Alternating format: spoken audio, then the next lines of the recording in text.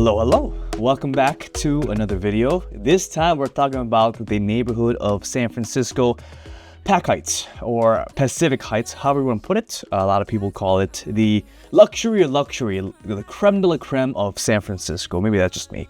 But yeah, in this video we'll cover the breakdown, show you what's in Pac Heights, the housing market in Pac Heights, what's to do, key attractions, etc. So hope you guys enjoyed this video. If you do, make sure to share with others that might be interested in living in this area, whether renting or buying. Furthermore, if you want to look into real estate purchases or sale, my information is down below. I have a website, email. Reach out to me if you have any questions regarding that. But let's get things rolling. All right, so Pac Heights. So here's the aerial view of Pac Heights. It's mainly known for its Victorian architecture, as well as, I guess you can say, stunning panoramic views of the city. It's located in kind of the hilly section of San Francisco. So here's a good shot of the bay. You can see very clearly as you drive down the hill. And this is probably one of the hilliest sections of the city. So in terms of location, it's located central northern San Francisco, bordered by Van Ness Avenue and Presidio to the west, as well as Pine Street to the south and Green Street to the north. Green Street is where Marina District is. Van Ness Avenue is close to downtown, as well as Russian Hill neighborhood there. And here's just the look of where Pac Heights is. If you take a look right here, this section here. And then you have two main parks. You have the Alta Plaza Park as well as the Lafayette Park. So just take a look at that. Beautiful view. Alta Plaza Park, also very nice. Let's see the video here. Check that out. So this is a very nice day in San Francisco. You have the sun setting right now, which is absolutely gorgeous. A lot of people picnicking. I would say this is a pretty sunny day in San Francisco. Usually it's not hot. So this day probably is a pretty hot day. All right. And then, of course, right next to Pac Heights is Japantown. So you can really walk to Japantown if you're into Japanese food or Korean food or even just Asian food in general. And then you have the movie theater right there as well. AMC, Kabuki. A lot of things to do just to walk away. Okay, and then historical background. Developed in the 19th century, Pac Heights became known for its grand Victorian and Edwardian homes, attracting affluent residents and establishing its reputation as a prestigious neighborhood. Edwardian homes and Victorian homes are all around San Francisco, but just to give you an idea, of what Victorian homes are, right here. This is a Victorian home right here. Yeah, so this is the Painted Ladies here. And then you have Edwardian homes, which is a little bit shorter than Victorian homes, such as this one here. Alrighty, so what are the key attractions in this neighborhood? Well, you have Lafayette Park, Alta Plaza Park, which we did just take a look at, Fillmore Street, which is essentially Japantown, and a little bit of the luxury shopping, you could call it. So Fillmore runs from Marina to Union Street, all the way to Pac Heights, where we're talking about here, and then into Japantown, which is right here, all the way to Fallon Oak Street, and then it goes to right here, Dubose Avenue. But that's another topic for another day. But it leads to the Painted Ladies, which is the Alamo Square. Yeah, lots of different things to talk about. We'll get to that in a different video. Okay. So that's Fillmore Street, and on Fillmore you have a lot of like cafes, restaurants, like bars, you could say, Blue Bottle Coffee, and there's like Salt and Straw ice cream, just a little like mom and pop shops, I guess you can call it, more modernized. Not so much as hole in the walls in this area, more like mainstream Salt and Straw, coffee shops, etc. Hey, and then you have different landmarks, historical mansions.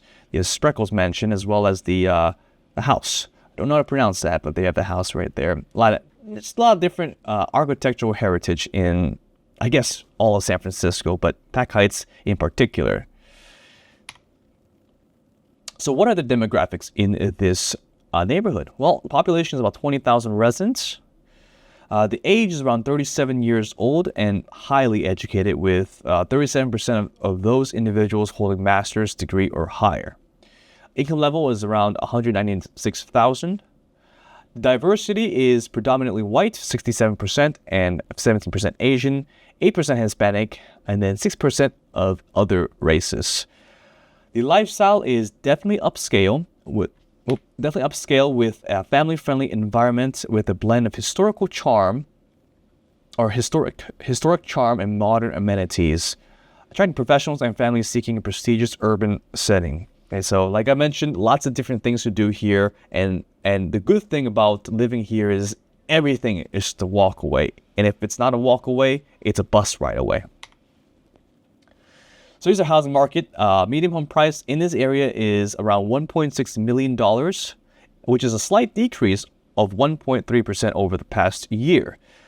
Now, the architectural style, like we mentioned, Victorian, Edwardian, and modern homes. A lot of homes here are buildings, big, tall buildings, apartment buildings that are a lot more modern now. But there is still a lot of these Victorian homes out there in this neighborhood. The rent prices are around $5,000 per month, which means it's pretty high cost rental market in this area. But you get what you pay for, and Pac Heights is definitely one of the luxurious neighborhoods in San Francisco. Cost of living. Now, we did mention high housing costs, depending on how much you make, but on average, it is much more expensive than the rest of California and as well as San Francisco. But with that comes with upscale dining and entertainment. Like I said, movie theaters a few blocks away, Japantown a few blocks away. You can walk there, you can dine in nice restaurants and cafes. So it really depends on what you're after. And if you can afford it, go live there. Be my guest. It's a very nice area. Then you have premium services, such as healthcare, education, and of course, utilities are definitely higher than normal. Alrighty. So here are the transportation breakdown. It is extremely walkable, like I talked about. You can walk anywhere, basically. Walk score of 97 out of 100, making it extremely pedestrian friendly. There's a lot of roads in San Francisco that's actually sectioned out for bikers as well. So you can bike to different places also. The challenge, though, is a lot of limited street parking because San Francisco is extremely congested with lots of people, and with a lot of people owning cars, there's really not much parking in a lot of areas within the city. So that's why a lot of people do end up biking and walking, and that's why public transportation is big within the city. And here's the map of the Muni, which is the public transportation within San Francisco. You have different ones. You have, like, let's say, the three main trains that go through Market Street all the way to the Sunset, I guess you could call it, the K, L, and M. Then you have buses running, of course, 19th Avenue, all the way to the Presidio here, and then all the way to, Richmond District, and then all the way to the Presidio, then all the way to the Marina, which is this section here. And then it goes to Chinatown, and then to the Fisherman's Wharf, the Financial District especially, that's in this area here. And then you have Japantown, it goes all the way to the Bayview area, goes all the way to Dogpatch. Basically, wherever you want to go, you can get to within a bus ride. And usually bus rides aren't too long. If you need to get to one end of the city to another, maybe an hour and 20, hour and 30. If you need to get to, let's say, I guess from Chinatown to Pac Heights, 20 minutes, 30 minutes. I mean, it might be faster if you bike or walk even. So, lots of different ways to get around, but here's a map of the Muni. It says you don't have to worry about owning a car. So in summary, you have historical elegance, modern luxury, serene yet vibrant, and of course prestigious and family-friendly places and neighborhood.